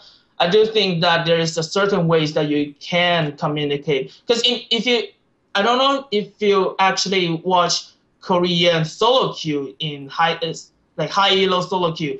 What they do is they use a lot of not just smart pings, but a lot of different ping patterns to actually communicate. If you ping once at the blue buff, that means they are eating blue buff. Ping twice, go. Ping 3 times, go, go, go. Stuff like that. So I do think that Stockholm Royal Club had that practice pings before. And I do think that they kind of have to implement that with Lupin, and TPA will be a really strong team as well. But I still have my faith in UE Flash Wolves, and I'm gonna be on the hype train on that. I'm gonna tell you that. Flash Wolves. I too was impressed by the Flash Wolves. So how do you see Machi placing? Like if you win this next matchup, do you guys think you can make it to IEM? Do you guys expect to qualify? That's our goal. Like it's gonna from an outsider perspective, our team is not gonna be that strong. But when I'm looking at from outsider point of view, I don't think we have that much, like, with our chance is not that high, but when I prepare my stuff, I do think that all teams have weakness, except I have to train their execution. That's my thing. So no, from an outsider point of view, not so much of a chance, but that's my goal. If that makes sense. Yeah. Well, we can all hope. I hope personally. It'd be really cool to see you guys in IEM. But moving on. Awesome. It would be great. It'd be great. I like your team. I like the lineup. I don't understand the LeBlanc pick still, but I'm not mechanically good enough to comment on lane matchups at all. It's just odd to me to see it, but it worked, and obviously it worked really well. So I suppose I've heard a few pros say it's like coming back, like that they think it's quite strong because of the wave clear changes. So, alrighty. Well, I will take it from your pros and from Reasony saying the exact same thing just a few minutes ago. Moving on to probably, I don't know. I feel like it's been a pretty interesting week in the EU expansion. So to start off, I want to go over a couple of these matches really quickly because they were very one-sided and not exciting to watch. So let's talk about Different Dimension versus Reason Gaming really quickly. Like one-word summary of those games. Teamwork makes the dream work. Stop. I mean, Reason Gaming knows how to work together as a team and operate as a unit. And Different Dimension has one really good AD carry who's named Dominant, and it fits. But you can't be a one-note team and get into the top 4 of the EU Challenger scene. And if you are, don't name your team after him. I mean, come on. That just gives it away. It's not being stealthy with your strategy at all now, is it? You're just literally naming your team after what you're going to do. Yeah, I definitely agree. And I really was not impressed by pick ban from Different Dimension. It was just really poor. I mean, the first game, they didn't look like they had a comp at all, like some awkward pick comp, this Rammus jungle, this top Maokai. And game 2, it wasn't much better, like this weird wombo comp with J4 and Oriana, but they never really executed. They were outplayed consistently. They kept splitting up. I mean, this is a thing that we see a lot in the Challenger Leagues and the Challenger Promotion Series is that there are just some teams that are significantly better and are playing on another level, and I think this was one of those cases. Well, I think it comes down to how much experience you have playing in a 5v5 Challenger high-pressure setting, right? Like a lot of these guys, even if you take a look at a lot of their 5 experiences playing on the Challenger ladder, half of that is like Diamond 1 teams and stuff that you're playing. You know what I mean? Like you're not getting good practice that way, so it's like when you have a team that's been around for, like an organization that's been around quite a bit, like Reason Gaming has been around for a little while in the Challenger scene now, and they've got some players that have come in and out through the system who have played a lot more professional experience. That's going to have a huge edge, and that's all that was. That's what some of these series were, to be honest. It was just one team was clearly better. I will say this. No respectable team is going to use ranked 5s as a measurement for any sort of scrim block. When teams are setting up scrim blocks, typically it's scrim partners, because obviously you have to think at that high of the Challenger ladder, your queue times are going to be like 40 minutes. So if you set aside like a 4-hour scrim block, you're maybe going to get 2 games, maybe a game and a half, and that just by waiting for queue times, and like you said, also like actually up against like the teams. And I think a big part of it also is infrastructure. So if you're getting good scrims and you're scrimming all the time and making the most out of your scrim block, not through just like analysis with working with the coaches, but also having a manager there to get you these scrims, to communicate to the players, don't have to do it themselves. So a big part of the Challenger scene and why we don't have the resources behind these teams to like smooth and streamline their efficiency in practice. Yeah, it's definitely true. Yeah, I mean, Reason Gaming definitely benefited from having at least some of that structure there versus Different Dimension, which has kind of been doing its thing in a much smaller Greek scene, and might not have that. I will say one thing though: I am still terrified every time Selivar goes in for a 2v2. Every time he feels like he has a fight that he can take, I'm on edge. I just feel like it's going to go horribly wrong, and most of the time, it kind of has. I know he was playing on another team in the Black Monster Cup, just a ranked 5s group. I forget what they were called, but every time he went, and he just had a terrible game, and just I don't know. I think his positioning is a bit off, and I think that that's something that a better team is going to exploit. But I think Different Dimension, obviously, winning that bot lane wasn't what they needed to succeed. They needed to win the team fights and get objectives and whatever else, and they didn't have the ability to do that. Nope. Take Fun did. Take Fun's really good, for the record. in case anyone was wondering. He's really good. Agreed. So moving on to yet another one-sided match, albeit this one was a little more convoluted due to some technical difficulties. Melon Cats versus H2K. Mm-hmm. So the first thing I noticed in this match is that at about 10 minutes, we had a 30 CS differential in the top lane. And by 13 minutes, we have a 40 CS differential in the top lane and a 30 CS differential in the mid lane. And then by like 17 minutes, we have an 8K, 9K gold lead. So if you thought the different dimension games were one-sided, this takes it to a whole nother level. H2K clearly looks like the best team from what I've seen. They're clearly the best team in this tournament. I don't know. Probably now. I mean, after everything's kind of gone down. I'll say this. It's hard to... I mean, Oduamne is amazing. I think he should be in the LCS no matter what happens with this team, because I think he's quite possibly a top 5 top laner in that region. John spoke highly of him. Yeah, and I mean, the thing is, like, you look at, who was he laning up against? Oh, he was laning against Zeclipse, who is the name of the Melon Cats coach, not a player on their roster. Obviously, Flexus, I think it is, got banned. So he wasn't able to go. Flaxish is what it is. So he wasn't able to be there. So it was a support main who isn't even at the level of the rest of his team, is just a coach, playing out of position in the top lane. Yeah, 40 CS difference against one of the top. Well, I'm sorry? I said, I think Reasony knows something about this situation. Oh, yeah, please, Reasony, go on ahead. No, I'm fucking to the story. No, I was making the joke, Reasony, because team in GPL had to play their manager as well. And it was the oldest person to play competitively. I believe he was like 44 years old because the player got banned. Wasn't it the owner? Yeah, I think it was the one owner, week, and then the next week it was the manager. So it went from like a silver player to like a diamond 2 player. And what was the name of that team, Reasony? Upgrade. That's what you call upgrade, right? From silver to diamond 2.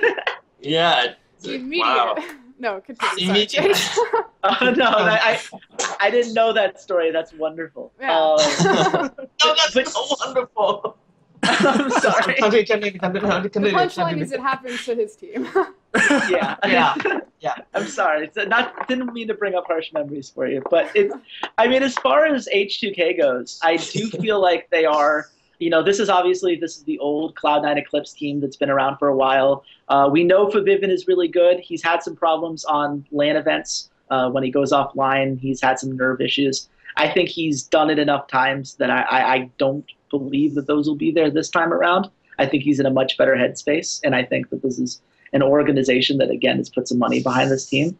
My big concern with them is Lulex, who... Obviously, his only previous experience was a couple weeks on that Ninjas in Pajamas roster after they kicked Coup, but before they had disbanded as a team. Yeah. And he wasn't very good. And in this particular game, it didn't matter because Melon Cats were so far behind in the top and bottom lane, as you mentioned. But we're looking at the 420 patch coming up, and I am really concerned on how much jungle pathing and making smart decisions from that position is going to influence the overall makeup of this tournament. And if you believe that those jungle changes are significant enough that the difference between a good jungler and a great jungler is going to be even larger than it usually is for these teams, that's something you can point to as an exploitable weakness for them going forward. I don't think it's enough to sink them given the competition around them, because I think every other lane they have is really, really good. Hjarnan, if it's possible for him to be underrated at this point, I think he still is a little bit. But I do wonder if Lulex is going to make it as easy as it might look on paper. Well, there's that thing that you brought up about Oduamne and his tendency to choke a little bit, and this whole roster. Paravine is the one. Oduamne is the top laner who's just always amazing. Paravine is the one who's had. Didn't he also not do so well the last time they got really close though? I thought he played it pretty poorly in the last years. Or last splits challenger at the very end, or am I? Anyway, even if it's just forbidden, if a player chokes, you have to be worried about that, right? Because that could signify a mental block, and for some people that never goes away. They always have a hard time performing right in that one really important moment. So it'll be interesting, but I think they are the best team by far, at least from what I've seen in this tournament. They play the best together. Yeah, for sure. Well, speaking of junglers, talented junglers, and obviously skill disparity there, let's talk a little bit about my favorite jungler in this tournament, Horo. Anyone? Let's not. So, let's not talk about it and pretend we I feel so silly because it's the most wrong. You know, I have my Less Than Legends podcast that I do. And not seeing this Millennium thing coming is probably the silliest mistake that I've made in my esports career. I mean, this is an organization that I was railing on in my, my later Paravine articles towards the end of the year for not getting a coach until I don't think they even had a coach in the LCS playoffs. I don't know who their coach is now, but as far as I know, it's still the same guy who doesn't really play League of Legends very much. They were importing 2 Koreans, which we saw what happened when Coast did that, a month before, and it didn't work. We were switching Ryu back from the jungle to the mid lane, which doesn't have a high success rate. I can't say I'm surprised by this particular outcome now that I see it. I guess I think a lot of my trepidation came in from thinking that Giant should have looked a lot more dominant against a much weaker Ascension team the week before. But it turns out that XPepe is really good, and that Frederick is still really good. And that bot lane has enough synergy, especially now that Rydell's kind of cleansed off any Gamers 2 stink that he still had on him. And now, that team just played much more like a team than Millennium did. And, it goes all the way Millennium collapsed, right? Yeah. Millennium collapsed because, they were winning. They won the first game, and then they were up 3K. And then it's like, we don't know how to close a game. Oh, no, we lose the game. Oh, no, we lose the series. Oh, no. Like, that's just what happened. Like, it just was like, it started out looking good and then just went slowly, and just fell off the face of the earth. That this is what happened, like, because obviously unless you're in comms, you can't tell what happens. But in my experience of working with other teams, like, that dive. So think about in the second game when they dove out, or maybe it was the third game. I think it was the third game. They picked Rumble into Aurelia, and then they dove on the Alistar bottom, and that's kind of like when it was the unraveling for Millennium, like that was going to be the last game. I think it was the second game for Giants. Like, think about in that situation, you're a team, it's your final game, you have to show up right here, you make this really big important dive kind of in the early to mid game, and everything falls apart, and it all just goes all wrong. 9 times out of 10, like in a team, especially a very new team that doesn't have a lot of like history with each other, communication just stops. People just stop talking to each other. Now, added language barrier in that. Like, that's true. Like, that's actually really true. My assumption there is after that happened, it just went dead. Of course, I can't say that for sure because I wasn't in comms, but just from like experience and thinking about how that situation would happen, and this is exactly what we were talking about earlier. Like, when you trade out a player, even though you make an immediate upgrade as far as mechanics, and sometimes that's enough to just like brute force. But if you're at like a certain level, like mechanics, it all gets more comparable the higher you go up. Not saying that Rue isn't a fantastic player or anything like that, but I mean. No, that makes a lot of sense. I do kind of feel like, that story kind of clicks with everything I've heard from the Millennium organization for a while now. It does make me wonder if this team would have been better off just sticking to their guns and going with the 5 guys that they had in the LCS. I mean, Kerp was not a bad mid laner. And say what you will about Khan Next, but he was a known quantity. And in the challenger scene especially, known quantities are huge. I didn't say he was good. I didn't say he was even, but he was something you could game plan around because you knew what it was. And that's kind of the point that Fruscurin has made, is that even if you have an upgrade, I mean, I don't think anyone is saying that if you put Horo and Connex in a room, that Horo wouldn't be the better jungler. But that was irrelevant to the overall impact that those 2 guys had on the team. And people knew what Connex's pathing was going to look like, how he was going to try to help certain lanes or whatever else. Clearly, the communication wasn't there with Horo in that second and third game. And it's one thing that it's very easy to play while ahead in all your lanes. It's a lot harder when things start going wrong. That's when the communication really matters. Well, they couldn't close out game 2. Yeah. It was like it was like Millennium didn't actually improve. It was like, okay, we got these mechanical upgrades, but Millennium was never a terrible team mechanically. They were, a lot of the times they were in the games early. They just literally had no idea how to play the meta game, and it's like, I think maybe Millennium's hope was, we'll bring in Koreans. Koreans just, it's the meta game's implanted in their DNA. We can just bring them over here and our team will be magical and everything will be fairy dust, and that's just not how it happened. Yeah. I mean, I think it all comes back to the organization. It's an organization that I criticized pretty heavily towards the end of that split. I think that they still haven't invested in the way that you would want a team with that kind of, experience in the LCS and in other competitive esports to invest. And I they're think a big organization. Yeah, there's no excuse for them not being willing to spend the money on the infrastructure. And everything I've heard says that infrastructure is not there. And at some point, there's no amount of talent you can bring in to fix that. And I think that's what we learned. And good on Giants for capitalizing on it. I mean, focusing on everything that Millennium did wrong takes away from what was a really great game from Giants Game 2 to come back from that deficit and to close things out in Game 3. I think they do interesting things with their compositions.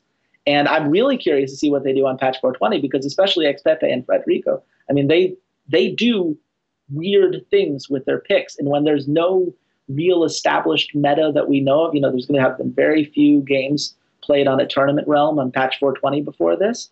I think it'll be really interesting to see what they do and where they go from here. Yeah. Moving on to our next upset, N Faculty versus Gamers 2. Gamers 2 may be another poor organization. Hashtag loss a lot for those of you who would like to participate in my favorite upset of the tournament. Is anyone upset about this? Even Ocelot's fans have got to be finding it a little funny at this point, right? If all people were more like him, it would be a better world. That is true. He has taught us that. I mean, I will be completely honest. I have gone from an Ocelot fan to I don't like this guy at all in the past, about a year. I'd say in about a year, I've gone from somebody who liked him to somebody who actively dislikes him. Not oh, whatever, neutral. But between the LS thing, some of the arrogance that he displays, it's kind of this is just fitting, man. This is just kind of what you get. This is karmic retribution for not being a cool guy and being pretty arrogant most of the time. I don't know. It's some of the things he says were none of the challenger teams are good. Most of the LCS teams suck except 2. And then you can't even get into the LCS. It's buddy, I don't know if you noticed this, but you played terrible. Why did you play? Sorry, he made these comments about the Black Monster Cup about how we're not really trying for that one because we want to focus on the patch for the LCS. And then they don't even get to patch 420. I mean, I don't want to say it's all on Ocelot because I feel like that's a very kind of easy way to dismiss. I mean, I think that Yuki60 for everything that he was able to do in the first round, and he had a great series in the first round with Kazing, who I really thought was going to be kind of a great pickup for them because I think Kazing was very underrated on Super Hot Crew. But Yuki just didn't show up. I mean, that bot lane was completely ineffective all 3 series. Ku has yet to live up to his potential. I mean, we've seen the problems that Ninjas and Pajamas had with him. I don't know how much of it is him not clicking with Ocelot or him just having the same kind of stubbornness and refusal to fix some of the issues we've seen in his game. You can predict his pathing very easily. You know exactly what he's going to be trying to do from the second he locks in his champion. Guess what? Teams that are good teams with organizations behind them like N Faculty, who, even though a lot of people haven't heard about them, this is a team that's played together for years, since 2012 years. Other than Zazis and Saz Perfect, who are the 2 new guys from this roster, this roster's been playing together just for a very long time with the same guys in charge, the same heads of the organization. And I think it shows. I think Obvious is a pretty good jungler. The Cedrian Mountain bottom lane did what it needed to do. Saz Perfect is definitely the biggest pickup for them, and I can kind of take or leave Zazis, to be honest, but that's a real team, and you need to take real teams seriously. And I don't know if Gamers 2 was just looking ahead or if Ocelot just wasn't able to match up to what Saz Perfect was able to do on his Orianna, but it just collapsed under it. Yeah, basically. It does pose a question about how did they prepare on this match, because Broken Shard and Soja left the team, right? If I remember correctly. Yeah. That's the thing that makes me really try and figure out what is going on with Ocelot's organization. Because first there's the LS coach drama, then a month before the most important tournament you play, you dismiss your coach and your analyst.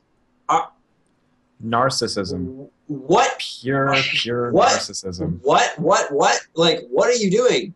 And apparently, I mean, according to the Daily Dot article, like, I don't know. I mean, it was like, I don't know how much credibility to give this, but the Daily Dot printed that Ocelot asked him to leave. So it wasn't that like Broken Shark said, you know what, I'm just going to be a dick and leave like 1 month before this tournament. No, apparently he was asked to leave. So what is going on there?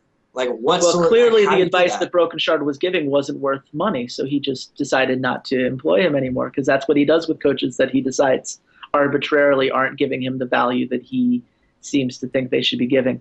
I genuinely don't know how that guy's mind works.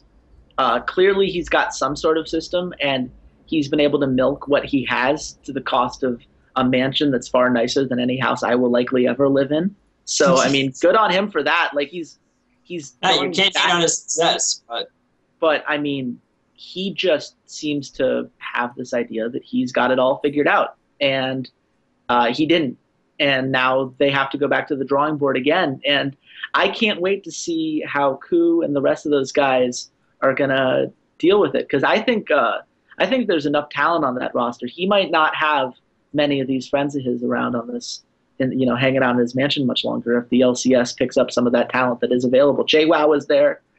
Causing should get picked up somewhere. And I don't know what Gamers 2 becomes if he doesn't figure it out, and soon, that he might be his biggest problem. JWoww and Koo were super hyped too, so I don't know. It's awful. It's awful. I'm just waiting for his Facebook post. Well, I'm sure we could talk about Ocelot and his very large quantity of money that he always seems to fail with. I like his scarves. Yeah, he's got good taste in scarves. True. Not so much anything else, but good taste in scarves. Send me a scarf, Carlos. Let's be friends. The thing I want to end on tonight, we had a couple listener questions, and I'm sorry to everybody who wrote in that we probably won't get to all of them, but we probably only have time for one at this point. But JDog21 asked, which team is going to benefit the most from coaches on stage for pick ban, and how are they going to prevent the cycle of coaches that they say are good but really don't know anything? In what context? Like, what teams is he talking about? We're talking about NA teams, EU teams, Chinese teams, Korean teams. Let's talk about NA a little bit, because we've talked about pretty much every other region tonight. So let's look at NA teams, and what do we expect? What teams do we expect to gain the most from this in NA? I think CLG gains a lot. I mean, this is a team that has several players that... Any team that has communication issues. Yeah, I mean, I think Skara brings a lot to the table. So I think he automatically having someone in there who can be a voice of reason when some of those other things break down is really valuable. What other teams are going to have communication issues? I think it's something we're going to see as the season progresses, how much value these coaches have. It's really hard to predict, because we don't have any measurable stat or skill or anything we can pay attention to who coaches are. There Yeah, are very that's few true. coaches that anyone even knows really exist or can even name the coaches or the structure behind anything. And again, it comes full circle back to the fact that subconsciously how the game, how League of Legends has been presented to us as like an intake hasn't involved analysts or coaches or giving them any sort, like, the last year was the first year that pretty much every single LCS team finally got a coach and an analyst, and it's no surprise that NA suddenly does better at Worlds than they have in previous years. Oh, who would imagine that? If we got coaches and analysts, suddenly we perform better. But Yeah. and the structure. But I definitely think actually TSM will, surprisingly enough. As much as I've shit on Loco on this show, I think that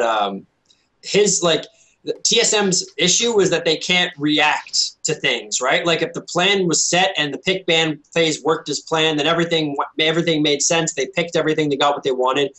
Maybe Loco will be able to help them, because at least the way they talk, they seem to do a ton of research, create a bunch of different scenarios.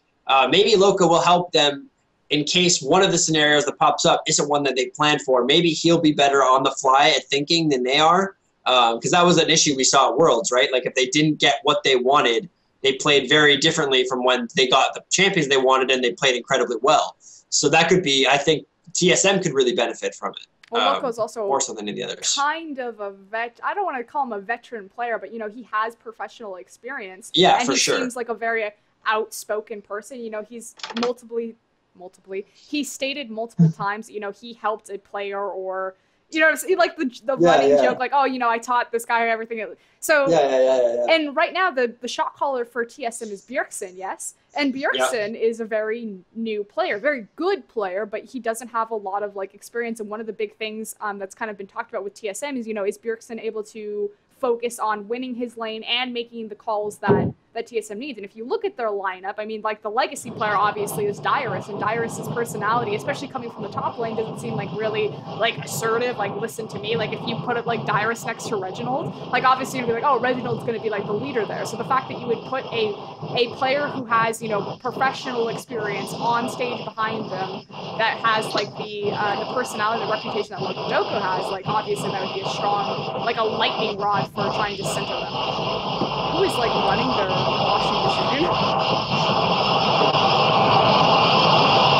Reasoning. Well, Tap your mic real quick. I can. Oh, there you go. Just your Skype's set to auto adjust, so when you stop talking completely, it keeps boosting the levels of your mic until it can hear something. My ears just got microwaved. I didn't want to interrupt you, but I didn't. Yeah, okay.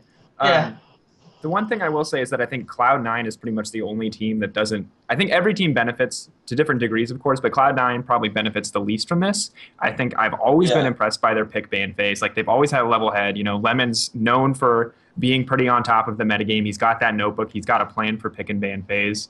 And I don't think they gain much of anything from this. And it makes me not as excited for Cloud9 because I'm curious how bringing a coach into their pick ban phase is going to affect them, if at all. I don't think that will help them that much. I think this goes back to what Reasoning was saying earlier about how this is going to, like, shrink the gap between the top teams and the lower teams, because the lower teams will be able to improve more from the coach than the teams at the top that don't. You know what I mean? Like, the teams at the top are probably they've hammered out a lot of these issues already. Yeah, they understand. But you also they have the experience. No, go ahead. I was just going to say that you also have to trust Cloud9, you know, owners like Jack. I mean, he's been doing this for a while. He's been doing this in multiple esports. Oh, sure. I feel like he's going to get a coach that can add value. I kind of trust the decisions there. And I also just wanted to touch on the other half of the question, which was, you know, how quickly do we think bad coaches are going to be weeded out? I think very quickly. I think this is the time where now no one can make the excuse of, oh, they didn't listen to me, or, oh, they ended up just doing this thing in a panic, or, oh, you know, I had all these other ideas. No, now they're there. Now they're going to be putting in their input directly. So if they come up with a strategy and it goes wrong, everyone knows what happened. And now we add accountability to coaches, you know, and it kind of brings up that with great power comes great responsibility idea. Now they have a great power on how they can influence these matches. But if they don't bring in the right coaches, if they, you know, just bring in a guy to have a guy because they think that's going to naturally make the team better, teams are going to find out really quickly that that is not the advantage they think it is. Yeah. Well, there's no way all coach hire goes well. This does not happen. Sorry, please continue, Reasoning. Go ahead. Sorry. No, it was just, I kind of just pop on in my head that talking about Cloud9 because, like I said before, like even though I thought the gap is gonna be shrinking, just like I thought the gap is going to be shrinking in terms of pick and ban phase, yes. But I thought about how it's gonna different from a good team to a great team in terms of pick and ban phase. Because coaches, I do think right now that Cloud9 may benefit a lot more actually, because it's not just about the picks, but also about the information that you get from, let's say, power spikes, the team comp goals, and the enemy weakness, enemy strength, and a lot of those stuff that players might forget when they are in pick and ban phase. So if maybe Charlie or I assume it's going to be Charlie in the pick and ban phase with them. So Charlie, from what I know, he has a lot of information about teams, and so if they go in with that information and they talk about team comp, the composition goal, and power spikes, team strength, weaknesses, if they remind the players about this, they might be even more crisp. Like they look crisp already, right? But they may look even better than before if this is how it's gonna happen. If you know what I mean, like there's much more information that's gonna go through in pick and ban. Of course, they just have a little bit less room to improve than a team that's terrible at picks and bans. And by having a coach in there, they can get up to maybe like close to where Cloud9 is before, where maybe Cloud9 can only go from like 95 to like 97%. You know what I mean? Like that sort of thing. Yeah. But yeah, it'll definitely help them too. Yeah, definitely. Well, excellent. Well, everybody, that's going to do it for us tonight here on Into the Rift. This has been episode 12. Sorry, kind of a sudden transition out. But thank you so much to Reasony and Frostgurn for joining us tonight. It was a pleasure to have you both on. Excellent to talk about SEA and that China one-team rule, which I know a lot of people have been confused about. If you guys want to know any more about China, be sure to check out China Talk. And then if you want to know any more about Reasony here, Kelsey Moser just did an interview with him on our new series AFK, so be sure to check that out as well. Thank you so much to everyone for joining us, especially to Dave and Chase, as always, for being here. Enjoy the rest of the night.